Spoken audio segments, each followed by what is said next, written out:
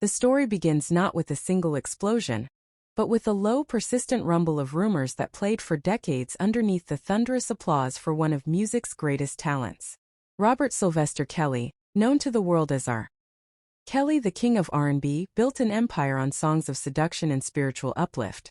But While I Believe I Can Fly echoed in graduation ceremonies and Ignition, remix, fueled parties, a much darker reality was taking shape in the shadows of his studios and mansions.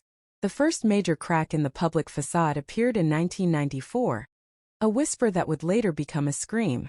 It was revealed that the 27-year-old superstar had secretly married a rising 15-year-old starlet, Aaliyah. He had produced her debut album, Age Ain't Nothing But a Number, a title that now felt chillingly literal.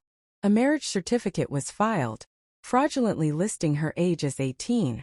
The union was swiftly annulled by Aaliyah's parents, but the incident established a terrifying pattern. R. Kelly was a predator who used his immense power and promise of career mentorship to target vulnerable young girls. It was a warning shot that the world, enthralled by his genius, largely ignored. The rumble grew louder in 2002 when a videotape found its way to a Chicago journalist, Jim DeRogatis. The contents were graphic and undeniable to those who saw it. It appeared to show R. Kelly performing sexual acts with and urinating on an underage girl. This wasn't just a rumor anymore, it was evidence. The subsequent trial on 21 counts of child pornography should have been his downfall. But the system failed. The defense sowed doubt, claiming it wasn't definitively him on the tape. And the girl at the center of the case, Rashona Landfair, and her family refused to testify. In 2008, a jury acquitted him on all counts. The acquittal didn't feel like an exoneration to many, but it gave Kelly and his enablers a powerful shield. For years, any new allegation could be batted away with the simple retort: he was already found innocent.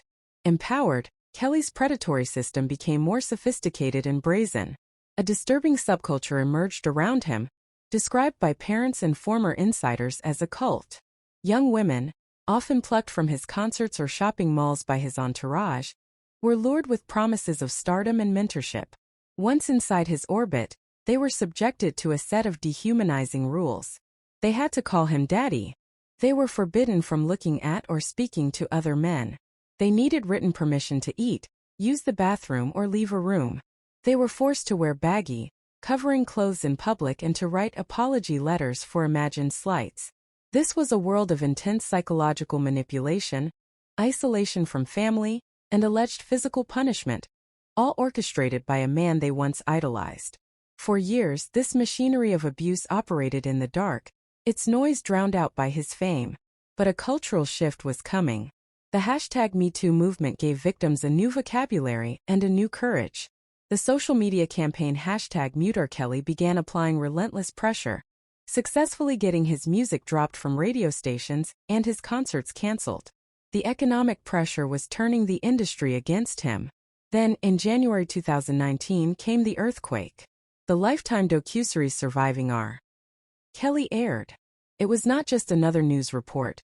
It was a devastating multi-part narrative that wove together the voices of survivors, their heartbroken parents, and former members of Kelly's inner circle.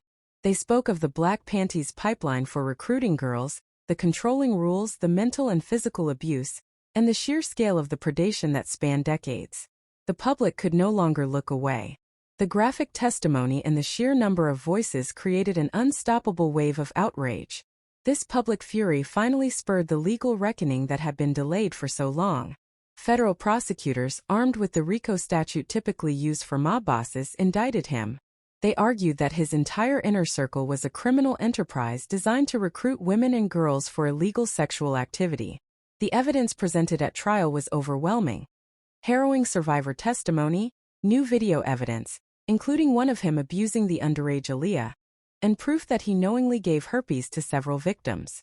The portrait painted was of a man who saw the people around him not as human beings, but as objects for his gratification, to be controlled, used, and discarded. In the end, the music stopped. In 2022, a federal court found him guilty of racketeering and sex trafficking, sentencing him to 30 years in prison. Later that year, he was convicted on child pornography charges, adding another 20 years. The man who once sang he could fly was grounded forever, his legacy irrevocably shattered. The story of R. Kelly is a grim American saga about the corrosive nature of fame, the systems that enable predators, and the long, painful, but ultimately victorious journey of survivors who refuse to be silenced. The once irresistible beat has finally stilled. The stage lights that bathed him in gold and purple have been replaced by the sterile, unforgiving fluorescence of a prison cell. For Robert Sylvester Kelly, the king of R&B, the kingdom is now a concrete box, and the throne is a narrow cot. His world, which once stretched across global arenas and plush recording studios, has been reduced to a monotonous routine within a federal correctional institution. His life is governed by the clang of metal doors and the directives of corrections officers, a stark contrast to the sycophantic yes men who once catered to his every whim. The man who commanded audiences of thousands now stands in line for meals in a crowded cafeteria. The voice that sold millions of records is now just one among many in a controlled, often hostile environment. Financially, he is ruined. The legal battles drained his fortune, resulting in millions of dollars in restitution and fines owed to his victims. The royalties from his extensive catalog, once a gushing river of wealth, have been crippled. While his music remains on some platforms, the public shunning and the gravity of his crimes have severely diminished his earnings, ensuring that his past work can no longer fund his life or his defense. Physically, the years of excess have been replaced by the harsh realities of incarceration and aging. Reports have surfaced of concerning health issues. He suffers from diabetes and has faced significant medical emergencies, including treatment for a throat infection that threatened his ability to speak and sing. There are whispers of numbness in his hands, a particular cruelty for a musician. He has been moved to a facility with a specialized medical center, a clear indication that his body is failing him. The charismatic, sharply dressed performer is gone, replaced by an aging, ailing man in a prison uniform. But perhaps the most profound change is in his isolation. The system of control he so meticulously built has been utterly dismantled. There is no one left to command, no young aspirants to manipulate, no rules to enforce. The phone calls, once a tool he used to control his victims, are now monitored and limited. His communication with the outside world is severely restricted. He is utterly alone, cut off from the fame, the adulation, and the power that he wielded as both a weapon and a shield. The final chapter of his story is not one of redemption or a triumphant comeback. It is an epilogue of consequence. The music may still play somewhere, but for R. Kelly there is only silence, solitude, and the heavy weight of the justice he eluded for decades. He is no longer a star fading from view, but a man confined to a small, stark reality, serving a life sentence in every sense of the word, with his health and his legacy in irrevocable ruin.